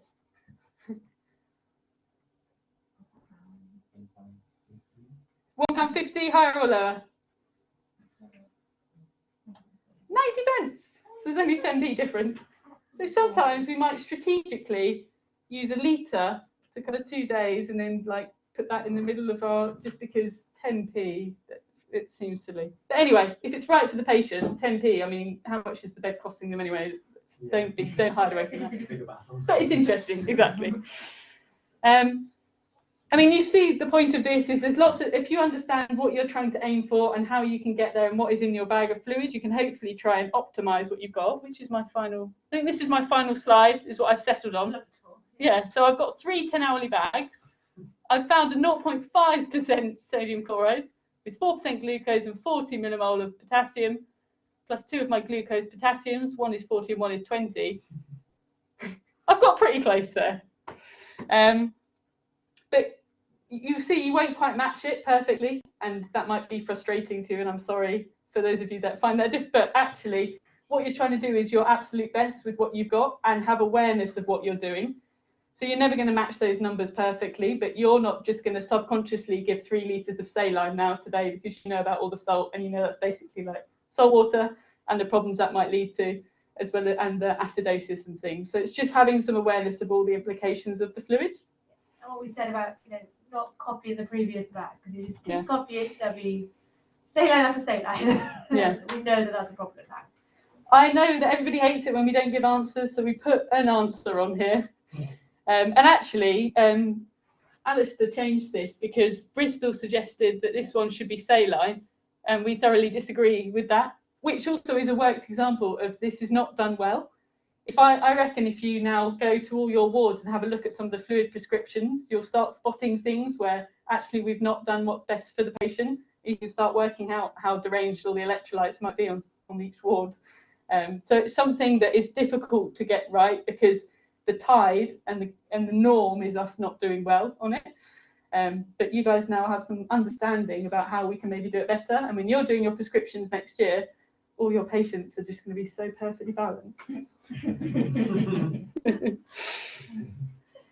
This is where you get thrown out again, though. Yeah. So that's all Yeah. set in your mind. Understanding the basic requirements of someone because of normal losses gives you your maintenance prescription. There is a different situation, which often happens in hospitals, is where we're compensating for losses. And if we go back to our NICE guidance, here we're talking about the orange bit, the replacement and redistribution. So this is situations where patients have got dehydration, fluid overload or electrolyte imbalances, or they're vomiting, they've got their biliary drainage loss, high or low volume stomas, diarrhea, stuff is going wrong. I mean, they're in hospital, so this is not unusual. And it's something we need to be aware of, which is why the very first thing when you think about fluids is, does the patient need it? And if they do, in what way do they need it? Is this maintenance? Is this replacement? Or is this resuscitation? If someone has got loose stools and diarrhea, this is replacement. And here's some principles we're just going to talk through about what you need to think about in light of that. The most useful thing to know about, and again, this is in NICE guidance, is what we're losing with each of these different secretions. So in vomiting or NG tube excess loss, we're losing 60 to 80 millimoles of hydrogen ions per litre. For example, these are just a couple of examples. In diarrhea, we're losing 30 to 70 millimoles of potassium per litre. So actually, this throws off our basic requirements that we filled in for Mr. Green on that table. Suddenly, we're not just aiming for 85 millimoles of potassium. If he's got loose stools, spoiler alert, that's what he's going to get. And so we need to suddenly be thinking of, oh, actually, if I just give his basic maintenance requirements, I'm not going to be hitting that hard enough. I'm not going to be giving him enough. It's the same thought process that you think about, that he's losing fluid because he's losing water through his stools and he's giving more fluid. I also need to give him more electrolytes because he's losing those as well. So this is really important. And again, remembering that we are in the orange zone of the NICE guidance, we're in the replacement zone. So when we're thinking about a patient who's losing stuff, we might do what we call a fluid review. So there's lots of hints on the screen there. What do we think if a consultant says to you, oh, can you just do a fluid review on this patient and prescribe some fluids for us? What might you include in that? There's like 10 things, so do shout if you can think of something. Oral intake. Oral intake, so finding out, are you eating and drinking? Good. Yep, what's coming out and what sort of outputs might there be? Urine? Stools? Sorry? Vomits, absolutely. NGs? Stoma, absolutely. Insensible losses, is a patient pyrexial and they just look really clammy and sweaty all day? Actually, are they losing a lot through sweat? Are they hyperventilating, so they're losing a lot through their respiration? Good, so we've thought about in and out. What else in a fluid review? Absolutely, so their observations, their cardiovascular status, that's going to give us some really good clues to how well hydrated, or perhaps signs of them being potentially dehydrated. Along those lines, what other signs might there be of dehydration? It's not just observations. Yeah, examination. What findings might there be? Poor skin turgor, absent tears. Yeah, absolutely. Yeah, absolutely. Dry tongue, dry mouth. What might the patient report? That's absolutely, and that's one of the really early things. The osmoreceptors in the brain are really sensitive, way more sensitive than my eyes checking a JVP. If I just ask my patient, are you thirsty? They say yes. I don't need to sit there and get the 45 degrees and the light and they're dehydrated. Anyone try to do a JVP? I've seen it. Yeah, I've seen people doing it, Yeah. but I don't know if that's that commonly used. I don't know. Yeah, I mean, if I'm assessing a patient, I genuinely look for Yeah, you the do. JVP, and especially in overload patients is when you actually see it. So yeah, it is something that's useful. So we've named some of the things. Let's just go through some pictures. Cap refill time is a really useful guidance of that. Skin turgor we've mentioned. Standing and lying blood pressure is actually a really early thing that can help tell you if a patient's dehydrated. Patients have got all sorts of baseline blood pressures, so a blood pressure alone might not be telling of what their hydration status is, but if you then do a lying standing, suddenly you see a 30 millimeters of mercury drop, that patient is probably dehydrated. So that's a really good thing to have awareness of. JVP, really useful in potential overload, but also you could lie a patient flat if they're dehydrated and still not see their JVP. That is a sign that they're dehydrated. So it is worth having an awareness and understanding of that. We mentioned mucous membranes. Have a look and a listen to their lungs. What are we thinking about there? Not dehydration, but potentially overload. So signs of heart failure and fluid overload. So they're not managing to keep the fluid all in the right compartments. And similarly with edema of the legs. And then we talked about having a close look at all of their charts and finding out have they been going to the toilet, what is their urine output, talking to the patient. And bloods are really useful because all your renal markers are going to be a sign of potential dehydration, or worse, potentially acute kidney injury. So what sort of acute kidney injury would dehydration lead to? Pre-renal. Perfect. So that was one of those ones where you have to know what Alice is thinking. So a pre-renal AKI from dehydration, you pick that up if you do some bloods. Absolutely, it's going to be part of your review. And then resus. Is this a good time to talk about this? Let's just, yeah. This is back to Mr. Green. Back to Mr. Green. So 24 hours following his operation, he has some watery diarrhea. I warned you of this. He's moved to a side room and a stool sample sent to the lab. His fluid chart for the past 24 hours shows that he's had 2 litres of Hartmann's and 4 episodes of loose watery stool on the stool chart. His blood tests are there. We've just talked about what assessment's required to determine ongoing fluid requirements. So we're going to start with the charts and have a look at everything, all the background, and we go and see our patient, do an examination, take some bloods, maybe including a VBG, which will give you some immediate electrolyte values, and we're going to decide what this patient needs. So his fluid requirements have changed. Are we maintenance, are we replacement, or are we resuscitation here? I'll tell you, his news is 0. Replacement, exactly. I know I'm drilling the point, but that's the first thing we need to decide. So we're not resuscitation because his blood pressure and heart rate are okay. We're seeing that he's got ongoing losses, so we're thinking about replacing. Let's commit to some more prescriptions. So do a line through what you've already done and think about what you need to give for Mr. Green.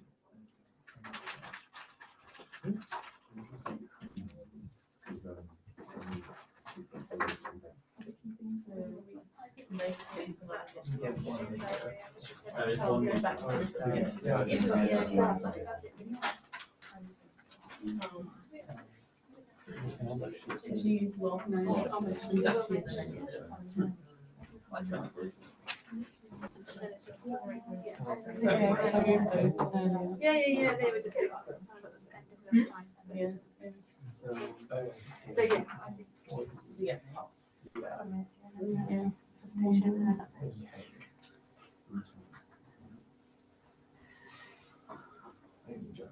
So we did touch on the fact that different outputs have different sort of electrolyte sort of composition. So diarrhea was quite heavy in potassium. And we can see his blood results, potassium's gone down from 3.8 to 3. That's definitely something to think about. If anybody doesn't understand that in-out chart, stick your hand up and I'll come over and just talk it through, because that's how they look on the ward. if you look at it long enough, it makes sense, but I'm happy to also explain.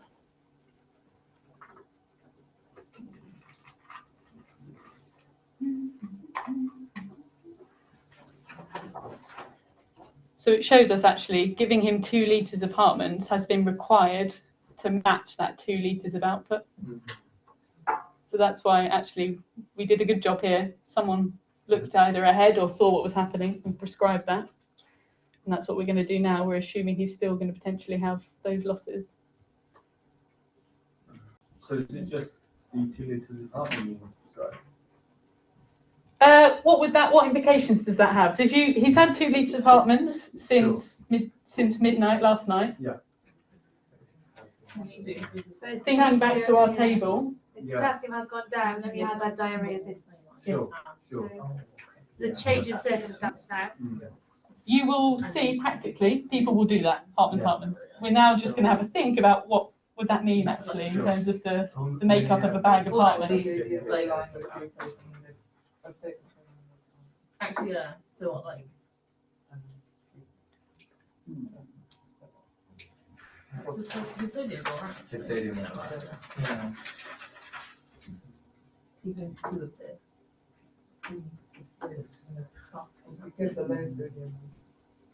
Yeah. And then that little break.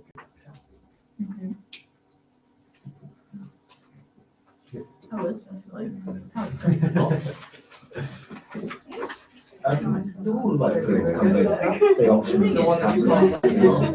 Not always. I'll show you my pictures. Yeah.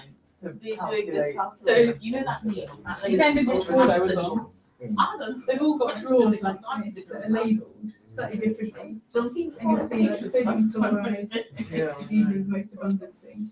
And then they start saying some of them have got glucose.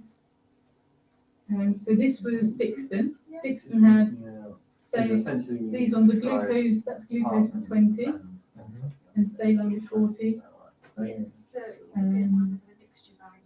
Another glucose 40. There's that saline. Yeah, I was thinking of, Then all the different ones of saline with no potassium. concentrations are available with, say, I said I Yeah. But if you want to correct Those are the ones I've seen, and I've rarely seen it. But you're not going to They have to have what yeah. Depends what else food in the order you're in. It's because That means you must push that bag everyone's everywhere. can't describe it's just not what I'm saying. How quickly to So get are you saying that you're quite regularly overloading patients with salt? I was talking to Gareth before about how I'd quite like to do a QI A little bit. after my walk around, Yeah. and actually looking at what's on the wall, this is a sign of demand thing. Right. It's the fact I can find 0.45, because we never prescribe it. You can order it, you can get it, but Yeah. we're not using it, so we don't stock it. Yeah. It's a cultural shift, isn't it? Like, you know, we really push a cultural shift. On various, you know, Yeah. Yeah. it just falls But really it's how worried so you then are. we need to However target. you're trying to- So obviously with this patient Because I feel here, like if someone so you're giving him 2.5 litres of saline a day, and then that's, you're looking at Yeah. about 375 millimoles of Yeah. sodium. So that's nearly 5 times what? As what are the manifestations like? So the What are you worried about? Right. Oh yeah, of course, yeah. Because it's the chloride as well. Yeah, and especially if you have potassium, Yes. and that's the thing, that's why we don't resuscitate with it, because you can just easily creep up and be giving like 4 litres worth of it. Yeah. It's probably, like, yeah. Yeah. In an acute illness though, so everybody adapts, we've got lots of strong homeostatic mechanisms, Mhm. but long term, I don't know if we've done studies on the long term implications of very short bursts of like. Yeah. Yeah. I mean, and long term, these sort of colorectal patients, we would definitely start to think about TPN, total parenteral nutrition, Okay. which we absolutely tailor. So we've got our specialist pharmacists plus dietitians that would definitely look at these patients, providing everything that they need. You know, and again, tailoring the strategy being right about, you can tailor that absolutely for the same potassium as well. Yeah. So, you know, the majority of patients Very good. I think so, yeah. I'm not sure if what we're committing to is right, but we're committing to at least. It's difficult as well, and I've told you that they don't get that. Also, it's not I going to guess probably. just that risk, isn't it, of causing, like, I suppose it's for Yeah. example. Should I just say Yeah, like- you've got some that fail, has Yeah. Yeah. It's gonna hang around for a long time. I would say. Yeah, so these ones Extra, you yeah. measure, normally Okay. you can't measure all the normal things. Right, so. Yeah, it's, it really is. Replacement. Blood pressure stuff are okay. It's Right. not standard assessment. And then would you have to prescribe anything on top of that, or? You sort of account for it as well, yeah. Okay. It gets slightly more complicated, but because we're measuring a lot of the things, but not quite all of the things. Yeah. It's actually that if we give him just a bit more heartburn the next day, eventually he's going to be, I mean, he's definitely going to be depleted of potassium, so you're right, yeah, thinking about that. We keep an eye on all of his stuff, like his urine output, to check for maintenance requirements. So if we were giving him, in fact, I'll say this I won't get on the really good straight now. I'm serious, yeah. Why am I stressing?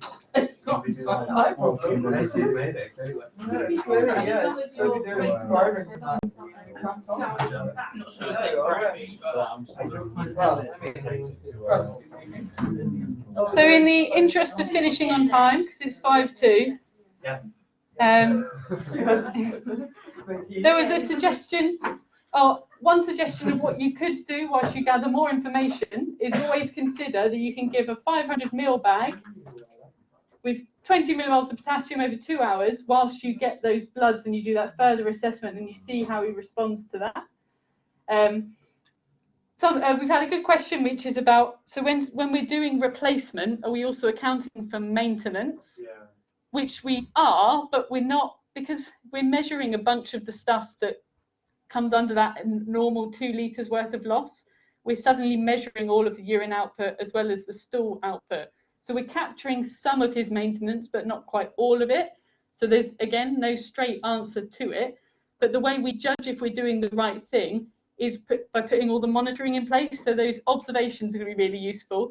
If his blood pressure starts to drop or he gets tachycardic, or his urine output's going to be really useful. So we keep an eye and make sure he's peeing enough. Does anybody know how much somebody should pee?